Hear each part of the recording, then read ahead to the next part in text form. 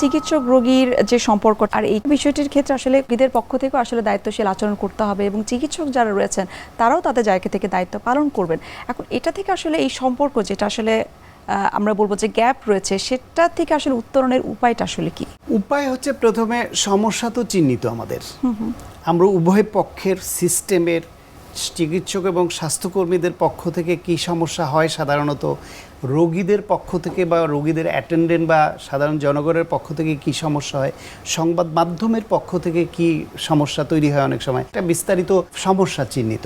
তাহলে উত্তরণের উপায়ের 1 নম্বর দায়িত্ব হচ্ছে গভর্নমেন্ট বা রেগুলেটরি অথরিটি যারা, তারা উন্নত বিশ্বে স্বাস্থ্য ব্যবস্থা রেগুলেশন কিভাবে হয় সেই অনুযায়ী আমাদের এইখানে সেই ব্যবস্থাপনার যে নীতিমালা এটা অলরেডি অনেক কিছু আছে, দরকার হলে আবার সেটাকে রিভাইজ করা এবং সেটাকে ইমপ্লিমেন্ট করা। এখন গ্লোবালাইজেশনের যুগ, আমাদের রোগীরাও বিদেশ যান, আমাদের ডাক্তাররাও বিদেশ যান, স্বাস্থ্যকর্মীরা বিদেশ যান, আবার বিদেশির ডাক্তার চিকিৎসক স্বাস্থ্যকর্মী এদেশে আসেন, বিভিন্ন সেমিনার সিম্পোজিয়ামে হিউজ এক্সচেঞ্জ হয়।